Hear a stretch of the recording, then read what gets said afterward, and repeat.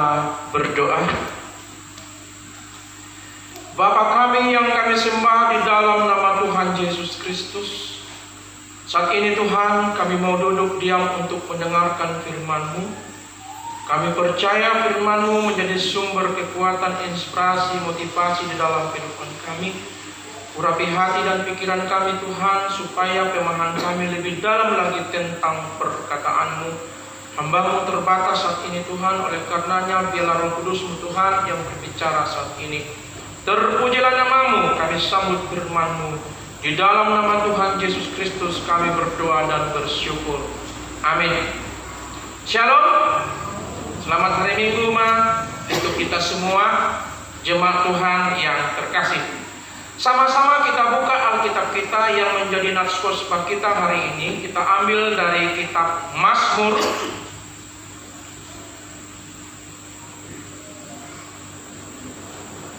Mazmur pasal 31.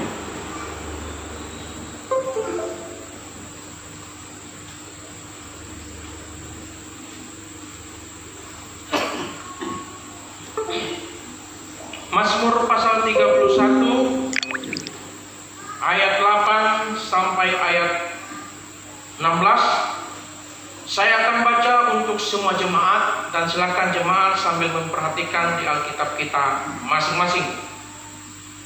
Ayat 8. Aku akan bersorak-sorak dan bersukacita karena kasih setiamu, sebab engkau telah menilik sengsaraku, telah memperhatikan kesesakan jiwaku, dan tidak menyerahkan aku ke tangan musuh, tetapi menegakkan kakiku di tempat yang lapang.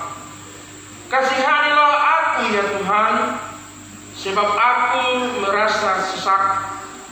Karena sakit hati mengidaplah mataku, meranalah jiwa dan tubuhku. Sebab hidupku habis dalam duka, dan tahun-tahun umurku dalam keluh kesah. Kekuatanku merosot karena sengsaraku, dan tulang-tulangku menjadi lemah.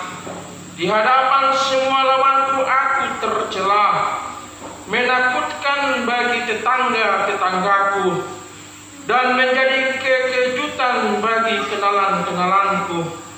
Mereka yang melihat aku di jalan lari daripadaku. Aku telah hilang dari ingatan seperti orang mati, telah menjadi seperti barang yang pecah. Sebab aku mendengar banyak orang berbisik-bisik, ada kegentaran dari segala pihak. Mereka bersama-sama bermufakat mencelakakan aku. Mereka bermaksud mencabut nyawaku. Tetapi aku kepadamu aku percaya ya Tuhan. Aku berkata Engkaulah Allahku. Masa hidupku ada dalam tangan-Mu. Lepaskanlah aku dari tangan musuh-musuhku dan orang-orang yang mengejar aku. Demikianlah firman Tuhan. Jemaat yang terkasih, hari ini kita masuk pada Minggu Palma, Minggu Palmarum. Mula dongata gereja Katolik dibuat doi bulung-bulung palma, bulung-bulung mare-mare dibuat. Nah, Minggu Palmarum adalah pesta sukacita, pesta sorak-sorai, pesta nomor olok-olok. Itu Minggu Palmarum, minggu penuh sukacita, minggu penuh damai sejahtera. Makanya nats kita hari ini, topik minggu kita hari ini dikatakan marolok-olok ala asini rohani dibatak. Bersoraklah akan kasih setia Tuhan. Oleh karenanya semua jemaat Tuhan bersorak-sorai di dalam memuji Tuhan. Karena inilah pesta parningotan, mengingat ketika Yesus masuk ke kota Yerusalem, disambut dengan sorak-sorai sambil bersorak Hosana, Hosana, sambil membawa daun palma, daun palem. Itu Minggu Palmarum. Namun ada juga orang yang mengatakan kalau Minggu Palmarum itu adalah minggu paradoks. Minggu paradoks. Minggu yang aneh. Mengapa?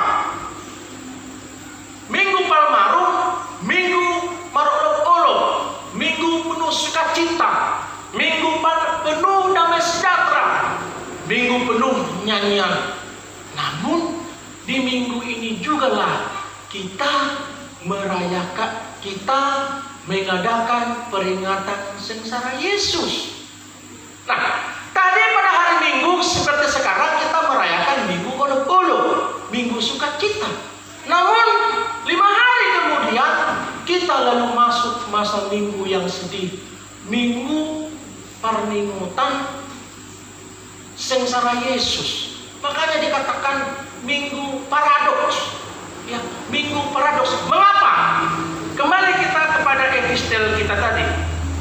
Epistel kita tadi terdapat di dalam Injil Yohanes pasal 12. Ya, membaca kita tadi mulai ayat 12 sampai 16. Judul perikopnya dikatakan Yesus dielu-elukan di Yerusalem. Ada masa yang besar di kota Yerusalem. Ada begitu banyak masa yang besar di kota Yerusalem yang dituliskan oleh Yohanes dalam Injil Yohanes di ayat 12. Masa yang beramai sekali menyongsong kedatangan Yesus sambil membawa daun palem. Pertanyaan, kenapa harus membawa daun palem? Tidak dengan daun anggur saja, tidak dengan daun apel saja. Mengapa?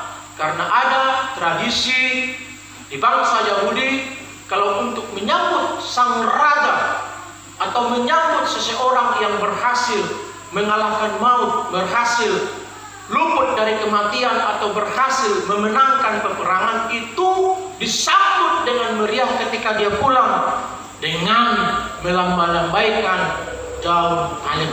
Maka itulah Yesus dianggap sebagai sosok yang telah berhasil mengalahkan kematian. Kenapa? Di hari-hari sebelumnya sangat tersohor mujizat yang dilakukan oleh Tuhan Yesus Kristus. Apa itu? Yesus membangkitkan Lazarus yang telah 3 hari mati. Jadi masa yang besar itu bersukacita menyambut Yesus.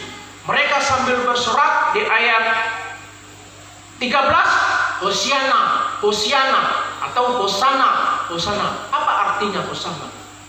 Tuhan, selamatkanlah kami, selamatkanlah kami. Mereka memuji Tuhan dengan suara nyaring, Hosana, Hosana, selamatkanlah, selamatkanlah kami. Yesus juga masuk dengan mengendarai keledai, bukan dengan kuda. Mengapa? Kalau raja yang masuk mengendarai kuda masuk ke dalam suatu perkotaan atau perkampungan, itu menandakan bahwa raja tersebut akan menaklukkan kampung tersebut, menaklukkan kota tersebut. Dia membawa peperangan. Namun jika raja tersebut menunggangi keledai, maka raja tersebut membawa damai sejahtera, sukacita, sebab raja menunggang keledai. Sama seperti Yesus memasuki kota Yerusalem dengan menunggang keledai. Yesus ingin menunjukkan kepada masa yang ramai menyambutnya bahwa dia raja yang lemah lembut, sukacita, damai sejahtera, seperti yang ada tertulis di dalam Zakaria pasal 9 ayat 9. Zakaria pasal 9 ayat 9. Apa dikatakan di sana? Saya akan bacakan untuk kita semua. Bersorak-soraklah dengan nyaring, hai putri Sion.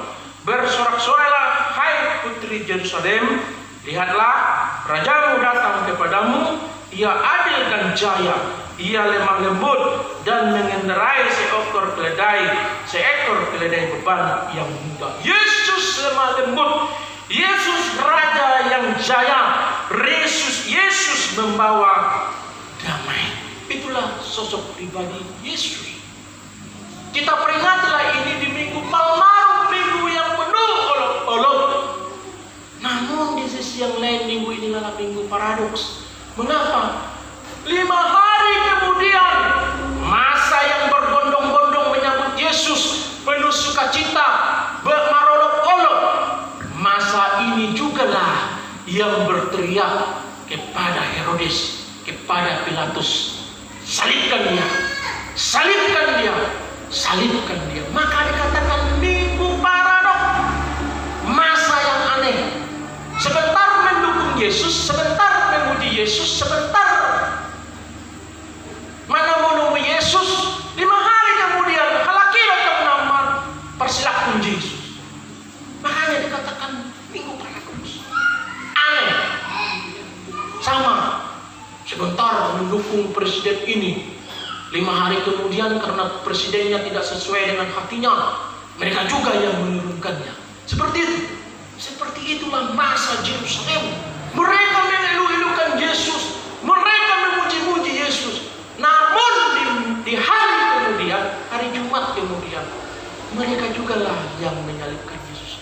Masa ini juga yang berteriak-teriak, persilakun ibadah. Makanya nas jamita kita berbeda. Epistel kita penuh dengan sukacita, kabar nama uluk-uluk. Namun nas jamita kita baca tadi di dalam Mazmur 31 ayat 8 sampai 16 bertentangan, penuh dengan cerita derita dari seorang penulis psalmen. Penulis psalmen atau pemazmur menceritakan bagaimana dia hidup sengsara, bagaimana penderitaannya yang luar biasa, bagaimana sengsaranya yang luar biasa. Kalau kita baca di dalam mulai ayat 11 sampai ayat 14, inilah poin-poin penderitaan yang dialami oleh penulis pemazmur. Penderitaan sengsara yang dialami oleh penulis Mazmur. Kalau di ayat 11 dikatakan, sebab hidupku habis dalam duka dan tahun-tahun umurku dalam keluh kesah. Samalah di masa pandemik ini, siapa yang tidak mengalami keluh kesah? Siapa yang tidak mengalami penderitaan selama 1 tahun? Ya, kekuatanku merosot karena sengsaraku. Mungkin ada yang mengalami derita karena penyakit, sehingga tahun demi tahun sengsaranya membuat kekuatannya merosot. Ini juga yang dialami oleh pemazmur. Paradoks sekali dengan apa yang diberitakan di Injil Yohanes tadi.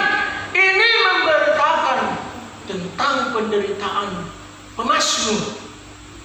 Selanjutnya, dan tulang-tulangku menjadi lemah. Pemazmur ini mengalami tekanan psikis, psikologis, jasmani yang luar biasa. Kalau kita mungkin hari ini mengalami penderitaan tidak seberat apa yang dialami oleh pemazmur ini. Di ayat 14, di hadapan semua lawanku aku tercela, menakutkan bagi tetangga-tetanggaku. Menakutkan bagi tetangga-tetangganya. Seolah-olah dia adalah orang yang paling tercela, orang yang paling ganas, orang yang paling jahat, sehingga tetangga-tetangga pun tidak berniat untuk memandang wajahnya lagi. Karena apa? Dia penuh ketercelaan. Pemazmur menulis bahwa dia penuh ketercelaan. Lalu ayat 12 selanjutnya, dan menjadi kejutan bagi kenalan-kenalanku, dan menjadi kejutan bagi kenalan-kenalanku. Ada beberapa kawan pernah ngomong begini ke saya, ya, jadi terkejut dia karena ada kawan yang membuat dia terkejut, heran. Mengapa? Dulu sehat sekali dia ya, ganteng sekali dia ya, luar biasa. Kok sekarang dia jadi kurus, lemah, batuk-batuk. Terkejut. Teman-teman terkejut melihat kita. Akadongan tersebut memereng sude akal hagaliota. Teman-teman kenalan semua terkejut melihat perubahan di dalam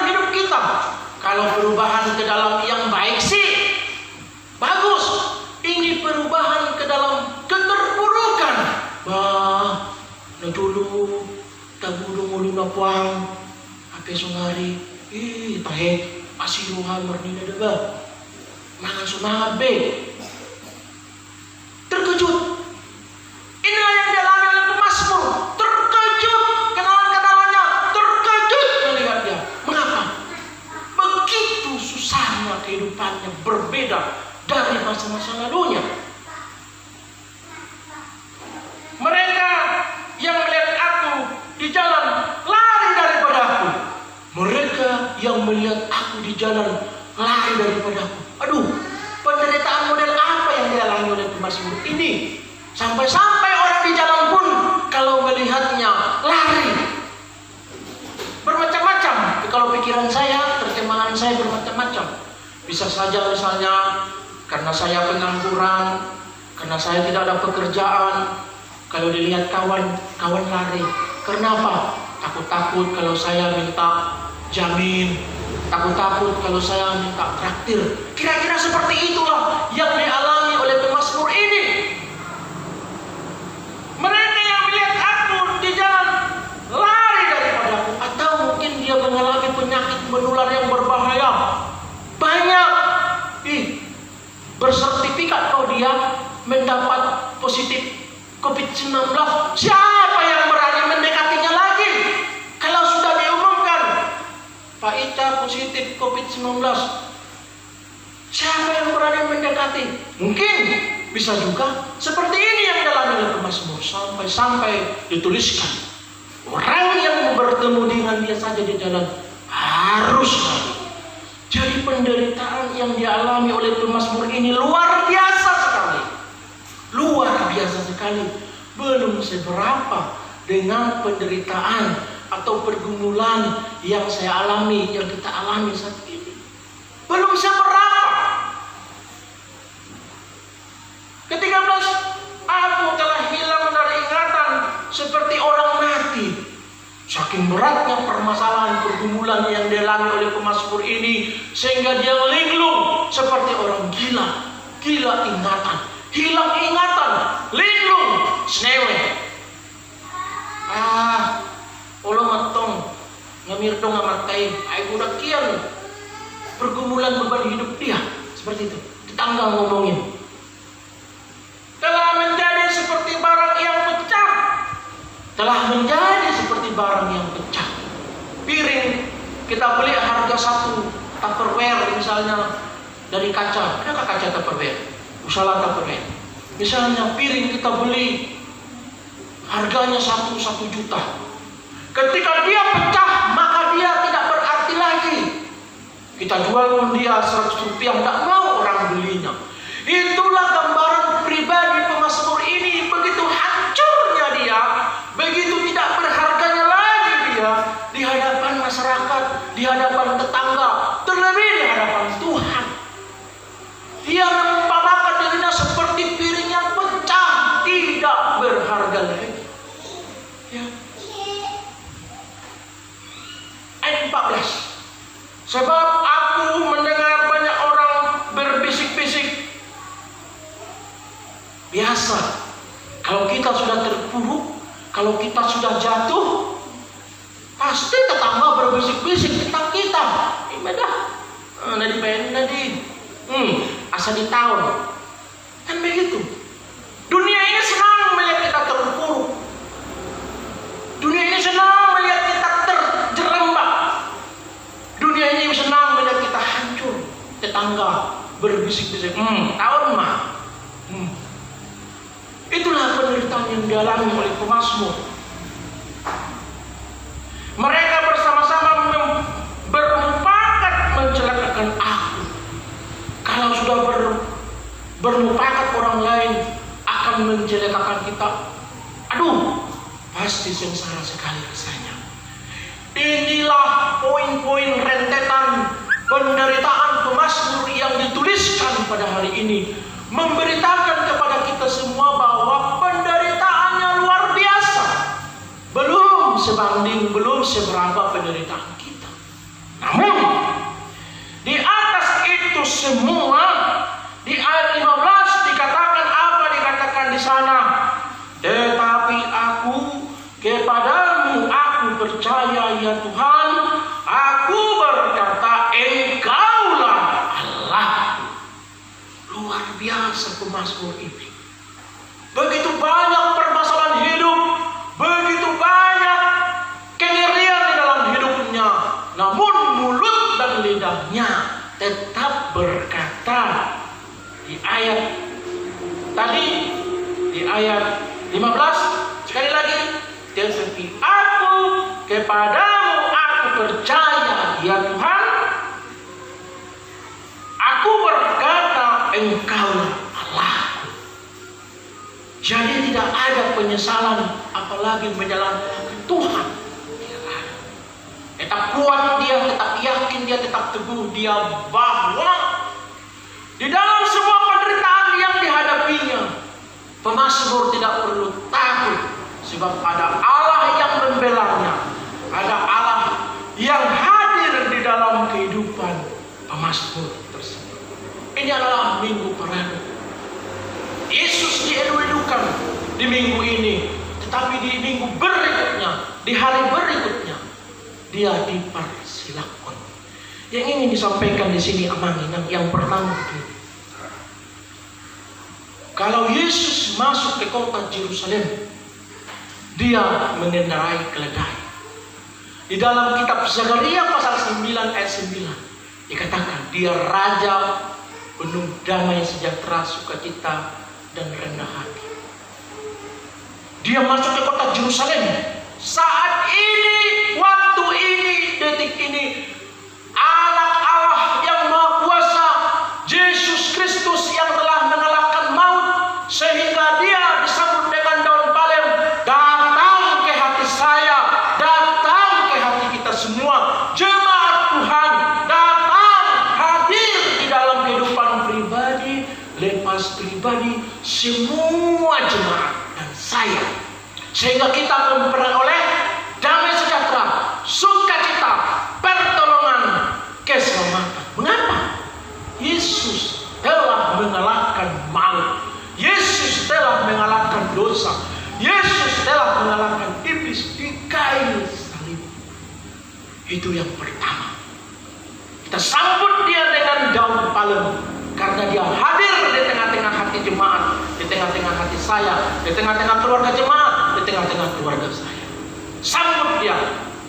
Marolop-olop seperti topik minggu kita. Marolop-olop ala asini rohani di kota. Marolop-olop mahita.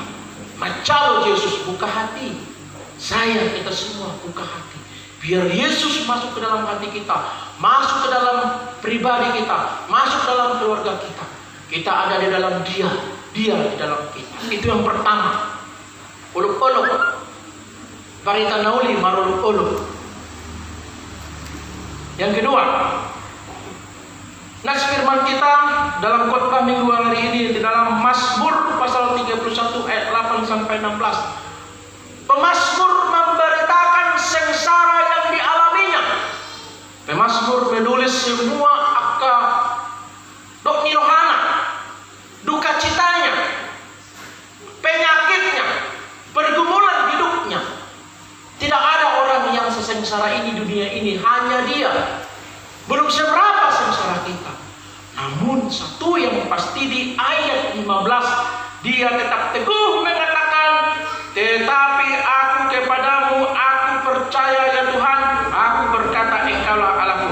Sama-sama kita buka lagi Mazmur pasal 31 ayat 15. Ayat 15 sama-sama kita baca. Ayat 15 sama-sama kita baca menjadi komitmen untuk kita semua. 1, 2, 3. Tetapi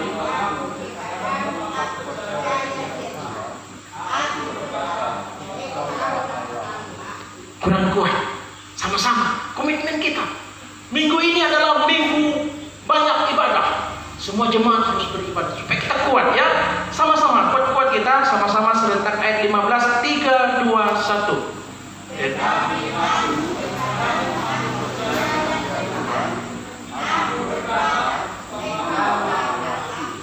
Amin. Martaniang mahita. Allah Bapa kami yang kami sembah di dalam nama anak-Mu Tuhan Yesus Kristus. Terima kasih Tuhan, firman-Mu hari ini meneguhkan iman kami, bahwa Yesus datang di dalam hati kami, di dalam rumah tangga kami, di dalam kehidupan kami. Engkau datang sebagai Raja yang adil, penuh sukacita dan kerendahan hati Tuhan. Masuklah Engkau ke dalam hati kami, masuklah Engkau di dalam kehidupan kami, masuklah Engkau di dalam setiap rumah tangga kami. Bila kami tinggal di dalam Engkau dan Engkau tinggal di dalam kami Tuhan. Kami serahkan semuanya masa depan kami ke dalam tangan Tuhan. Terlebih Tuhan, jika kami semua jemaat-Mu saat ini menghadapi permasalahan pergumulan hidup, ekonomi, kesehatan, pendidikan, rumah tangga, kami serahkan ke dalam tangan Tuhan. Biarlah Tuhan menolong kami semua, menjadikan kami pribadi-pribadi yang berkemenangan, yang bisa melalui itu semuanya Tuhan. Meteraikan firman-Mu saat ini Tuhan, jemaat-Mu yang sakit sembuhkan, jemaat-Mu yang lemah, biarlah firman-Mu hari ini meneguhkan iman mereka. Jemaat-Mu yang sedih juga, biarlah firman-Mu hari ini memberikan penghiburan, pengharapan atas kami semua. Terpujilah nama-Mu Allah kami yang hidup.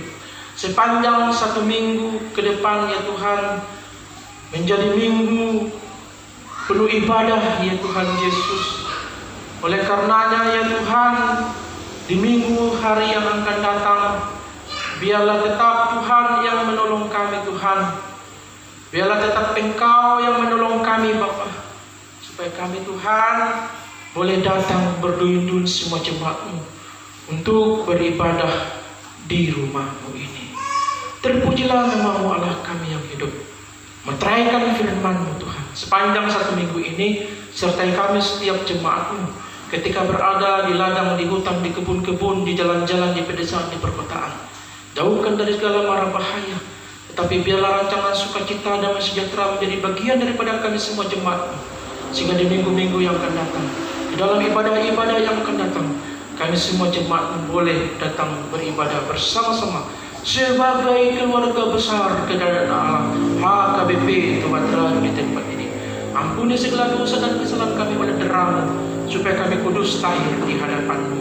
Terpujilah nama-Mu Allah kami yang hidup. Inilah doa kami alaskan. Di dalam nama anak-Mu Tuhan Yesus Kristus, kami berdoa dan bersyukur. Amin.